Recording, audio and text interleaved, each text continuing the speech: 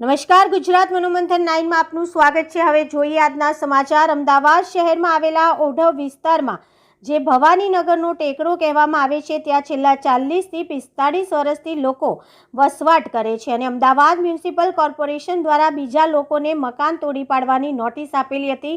તે લોકોએ મણિનગરનો ટેકરાના મકાન ઉપર તેઓની નોટિસ ચોંટાડી ગયેલ છે। ત્યાંના રહીશો જણાવે છે કે અમને કોઈ નોટિસ આપવામાં આવી નથી। આ નોટિસોમાં બીજાના નામનો ઉલ્લેખ છે। અમારા મકાનો ભારત દેશના જે વડાપ્રધાન હતા ઇન્દિરા ગાંધી એ વખતના મકાનો છે। આ મકાનો અમારા બાપ દાદાઓએ જમીન લઈને બનાવેલ છે તેવું ત્યાંના રહીશો જણાવી રહ્યા છે। હેડ ઓફિસ ગુજરાત મનોમંથન 9। હિરલબેન, શું બનાવ બન્યો?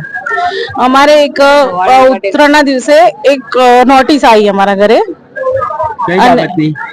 એ કઈ મકાન પાડવાની બાબતની, જે અમારી છે, જે અમારું નામ પણ નથી અંદર અને નામ છે બીજા કોઈનું। અમને એમ કહેવામાં આવ્યું કે 18 તારીખે તમારું મકાન ખાલી કરી દેવું પડશે અને તમારું મકાન પાડવામાં આવવાનું છે, જે અમને કોઈ આગળથી કોઈ માહિતી બી મળી નથી અને એકદમથી જ અમને કહી દીધું કે આ નોટિસ છે અને તમારે આ કરવું પડશે। હવે આવા ઠંડીમાં આવી રીતે મારા મા બાપ આટલી ઉંમરે ક્યાં જશે, શું કરશે? આટલી ઉંમરે એમને અમે 45 વર્ષથી અહીંયા રહીએ છીએ। જે બધા જ પુરાવા અમારી પાસે છે હાલની તારીખમાં, એ પુરાવાનું બી કોઈ મહત્વ આપતા જ નથી એ લોકો।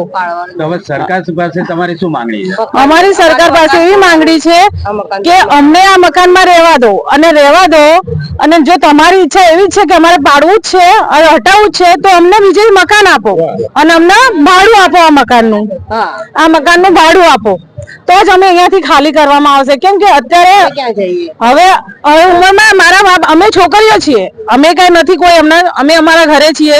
અમે આ સ્થિતિ સાંભળીને અહીંયા મા બાપ જોડે આવ્યા છે। તમારું નામ? ભારતીબેન મનુભાઈ મકવાણા। બરાબર, અમારા મકવાણાની લાઈન જ 40 થી 45 વર્ષથી અમારા જમીન પર અમે બાંધકામ કરેલું છે। કઈ જગ્યાએ? અહીંયા ભવાનીનગરના ટેકરા ઉપર। બરાબર, આજ સુધી અમારે કોઈ નોટિસ નથી આવી કે અમારે કોઈ ખાલી કરવાનું કીધું નથી, પણ જે પાછળ વાળા જે રબારી ભાઈ છે એમના 3 રબારી ભાઈની નોટિસ અમારી દિવાલે લગાવીને એ લોકો ગયા, એટલે પોતપોતાની નોટિસો લઈ ગયા છે। એક સબૂત મેં રાખ્યું છે। બરાબર, હવે અમારા ટેક્સ, અમારા લાઇટ બિલ છે અને જે 15 રૂપિયામાં અમે વેરો ભરેલો છે આજે 40 વર્ષ પહેલા, એ વેરાની પોચ પણ અમારી જોડે છે। બરાબર, અમારે 90 ફૂટ રોડ આગળ નીકળેલો હતો એટલે અમે કપાતમાં ગઈ હતું, એ પછી અમારો નકશો દોર્યો હતો, એ પછી અમે મકાનનું બાંધકામ કરેલું છે। તમારી શું માંગણી છે? સરકારની માંગણી એવી છે કે અમારું મકાન પાડો તો માપ લઈ જેટલા મકાન છે એ રીતે અમને મકાન મળવું જોઈએ, બાકી અમને જે ભાડે રહીએ અમને ભાડું મળવું જોઈએ તો ઠાર કરો, નહીં તો બાકી તો ઠાર કરવામાં આવશે નહીં। કે જેની નોટિસ એ ભરાઈ છે અમારી, બરાબર, રબારીની નોટિસ અમારા ઘેર કેમ ભરાઈ ગયા, કોઈના નામ નિશાન નથી, એટલે અમારે ઇન્કવાયરી કરવા માટે તમને વિનંતી છે। નસીબેન રતિભાઈ વાઘેલા, ભવાનીનગરનો ટેકરો, 40 વર્ષથી રહીએ છીએ સાહેબ। બરાબર, અને નોટિસ બીજાના નામની આવી છે ને આ નોટિસ આપી દીધી છે। હું વિધવા બનશું, હું ક્યાં જાઉં? તાત્કાલિક ખાલી કરાવે છે, રબારીની નોટિસ છે અને અમારા ઘર લગન ગતાવ્યા છે, તો અમને આને દેવાનું કોશિશ કરો, બીજા મકાન આપવાની કોશિશ કરો, ભાડું આપવાની કોશિશ કરો, એટલે અમને ખાલી નહીં કરીએ। બરાબર, છોકરામાં રાજુ એટલે બધા મોટા નથી, કાગળ કાભા વેણીને મેં છોકરા મોટા કર્યા છે અને હજુ કાગળ કાભા વેણીને જિંદગી જીવીએ છીએ। બરાબર, એટલે અમારે બીજા મકાનની અમે માંગણી કરીએ છીએ અને અમને ભાડા આપો।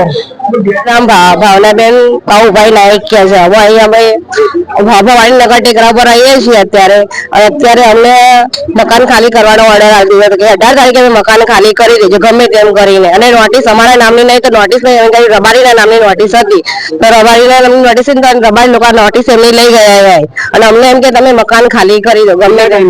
અમે 45 વર્ષથી રહીએ છીએ।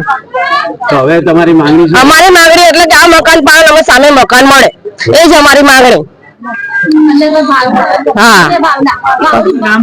મારું નામ પાલજીભાઈ રાજાભાઈ પરમાર, ભવાનીનગર ટેકરો, અહીંયા રહું છું। જે નોટિસો મળી છે એના વિશે તમે શું જાણવા માંગો છો? નોટિસો વિશે જાણવા માટે બહુ ઐતિહાસિક કહું છું। 1979 થી સૌથી પહેલા હું આ ટેકરા પર રહેવા આવેલો છું અને ત્યારથી આ લોકો રહે છે। આ લોકો રોજે કાગળ ગાભા વ્યાણે ગુજારો ચલાવે છે અને પોતાને કંઈક ભેગું કરી એના ઓરડી બનાવી છે અને એના પર તરાપગ મારી એના લોકો તોડવા માટે આવી ગયા છે. ખરેખર નોટિસો કોઈના નામની નથી. અને કાલે 18 તારીખે સાહેબ 4-5 જણા 8 જણા ઘરે છોકરીઓ તમને ખાવા આપ્યો ખાઈ લો તમે. હવે મીડિયાના માધ્યમથી અમે એટલું કહેવા જઈએ છીએ કે ભાઈ આ લોકોને વેકેલી વ્યવસ્થા આપો. ભલે તમારે જરૂર હોય તો પાડો પણ અમને પહેલા વેકેલી વ્યવસ્થા આપો પછી ખાલી કરાવો. અને જો વેકેલી વ્યવસ્થા નહીં આપે તો અમે ગાંધીજીને મારે કે આંદોલન કરીશું સૌની સાથે રહી. અને અમે અહીંના સ્થાનિક હું સામાજિક કાર્યકર છું.